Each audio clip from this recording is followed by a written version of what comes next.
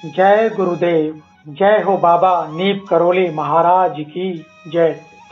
साथियों नमस्कार, स्वागत है आप सभी का आपके अपने YouTube चैनल पर, जहां हमारा प्रयास रहता है हम आपके समक्ष बाबा के चमत्कारिक प्रसंग लाते रहें प्रत्येक दिन, और ऐसा संपूर्ण भी हो पा रहा है और ये बाबा जी की कृपा से ही हो रहा है।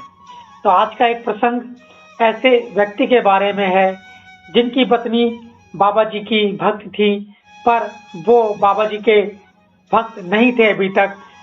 परंतु जैसे ही उनकी पत्नी दोबारा से अमेरिका रहने वाले थे, वो अमेरिका से वापस आते हैं और अपने पति के साथ अपने पति को दर्शन कराने के लिए आती हैं बाबा जी के द्वार पर। तो वो जो शख्स हैं, वो जो उनके पति हैं, वो किस तरह से बातें करते हैं, उनके ही शब्दों में आपको आज की ये कहानी, आज का ये प्रसंग, आज का ये चमत्कारिक प्रसंग हम प्रस्तुत करने जा रहे हैं।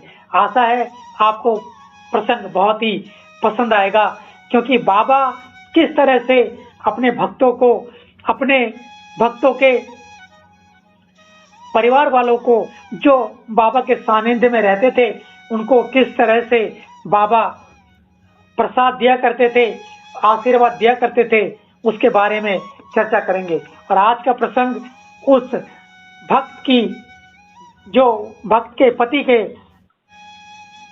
मुंह के द्वारा ही, यानी कि उनके शब्दों में ही हम लोग आपके सामने व्यक्त करेंगे। तो प्रसंग को पूरा सुनिएगा, आपको वास्तव में आनंद आएगा।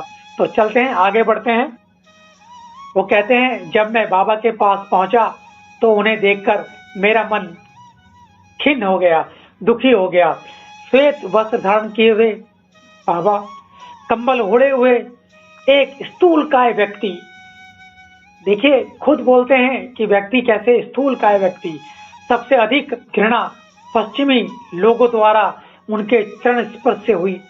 यानी कि जो पश्चिमी लोग हैं, जो वहां से अमेरिका से आए थे, वो पश्चिमी लोग अपने आप को कहते हैं कि चरण स्पर्श करने से उनको घृणा हो रही थी।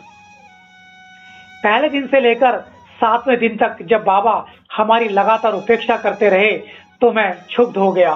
मुझे विश्वास हुआ कि मेरी पत्नी अवश्य किसी पागल व्यक्ति के बस में हो गई है। मैं वापस अमेरिका लौटने को तैयार हो गया। मैंने अपनी पत्नी से कहा कि मेरा स्वास्थ्य ठीक नहीं है। हम नैनीताल के एक होटल में ठहरे थे। मेरे मन में अपने दाम्पत्य जीवन के अंत की बातें आने लगी। यानी कि मैं सोच रहा था, अभी जो हमारा साथ था ये यहीं तक था, इससे आगे अब मेरा और मेरी पत्नी का साथ शायद ना रहे। सारा दिन मैं झील का चक्कर काटता रहा। जब सुरमय प्राकृतिक दृश्य भी मेरे भीतर की उदासी को दूर नहीं कर पाए तो मैं प्रार्थना करने लगा। प्रार्थना करते करते मैंने सोचा, अब तो अगले दिन निकल ही जाना है।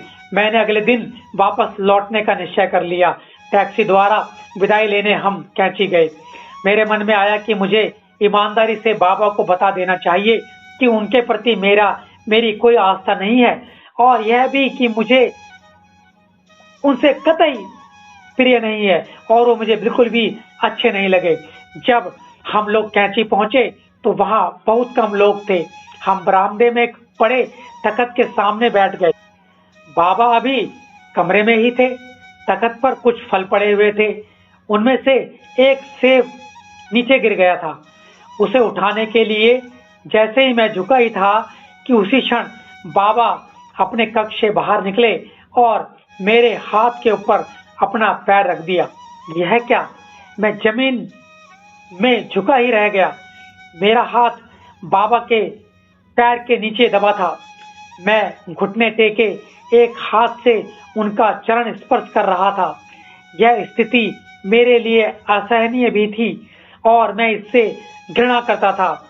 जैसा कि उस व्यक्ति ने बताया कि सबसे ज्यादा घृणा कब होती थी कि उनके पश्चिमी लोगों के द्वारा उनके चरण स्पर्श करने से उन लोगों को घृणा होती थी।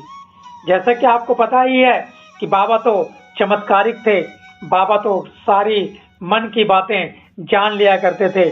तो बाबा उसने बोला कि उसको बहुत असहनीय हो रही थी और इससे सबसे ज्यादा घृणा उसको हो रही थी। तो बाबा ने निगाहें नीचे किए मेरी ओर देखा। वो बोलते हैं, बाबा ने निगाहें नीचे की और मेरी ओर देखते हुए पूछा, तू कल कहाँ था? क्या तू लेक पर गया था? तो बाबा इतने अंतर्यामी थे कि भक्त की बात क्या, दूसरा व्यक्ति क्या सोच रहा है उनके बारे में वो जान जाते थे। जब बाबा ने लेक शब्द कहा तो मेरी रीढ़ की हड्डी के निचले भाग में एक विचित्र सी अनुभूति होने लगी और मेरा पूरा शरीर रोमांचित हो उठा। उन्होंने मुझसे पूछा, झील पर तू क्या कर रहा था? यह सुनते ही मेरे शरीर में ऐंठन सी होने लगी।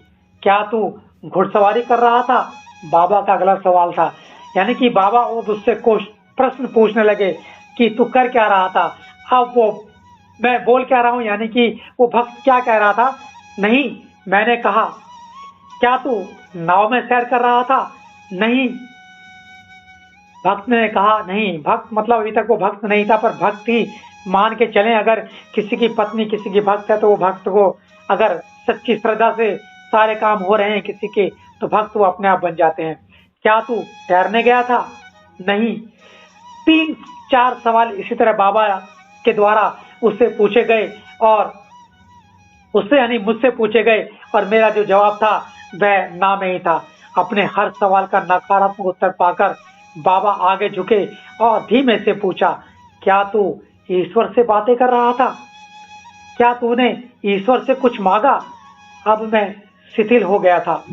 मुझे रुलाई आ गई और एक बच्चे की तरह मैं फूट फूट कर रोने लगा। उन्होंने मुझे अपनी ओर खींच लिया और मेरी दाढ़ी खींचते हुए बार बार पूछने लगे, क्या तूने कुछ मांगा? मुझे महसूस हुआ कि वह वास्तव में मेरी दीक्षा ही थी। तब तक और भक्तगण पहुंच चुके थे। वे मुझसे सहानुभूति दिखाने लगे। मुझे एहसास हुआ कि वहां उपस्थित सभी भक्तों को इसी प्रकार का अनुभव हुआ होगा। बाबा के इस प्रश्न ने कि क्या तू कल लेक पर था, मेरे सत्यता के बोध को तार तार कर दिया। मुझे ज्ञात हुआ कि बाबा सर्वज्ञ हैं, वे माया के परे देख सकते हैं। उसके बाद से मुझे बाबा के ऊपर पूर्ण विश्वास हो गया। मुझे लगा बाबा वास्तव में एक चमत्कारिक व्यक्ति हैं। फिर बाबा ने मुझसे कहा कि तू एक पुस्तक लिखेगा।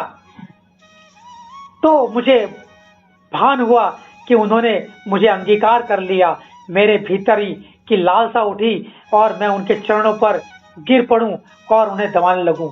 और इतना जैसे ही मैंने चीज सोची, मैं बाबा के चरणों पर गिर गया, बाबा के कदमों पर गिर गया। ये एक ऐसी भक्त की कहानी है जिनकी पत्नी बाबा की भक्त थी और वो जब बाबा से पहली बार मिले तो उन्हें विश्वास ही नहीं हुआ कि इस तरह का वृद्ध व्यक्ति, इस तरह का स्थूलकाय व्यक्ति जो कि एक सिर्फ श्वेत वस्त्र और कंबल धारण किए हुए है, इतना चमत्कारिक हो सकता है।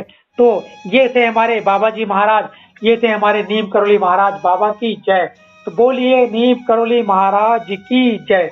आशा करता हूँ आपको आज का ये प्रसंग अत्यंत ही पसंद आया होगा और आपने वीडियो को लाइक कमेंट शेयर भी कर दिया होगा। तो बने रहें हमारे साथ हमारी अगली चमत्कारिक बाबा की वीडियो के लिए और तब मिलेंगे अगले वीडियो में। तो तब तक के लिए धन्यवाद, धन्यवाद, धन्यवाद।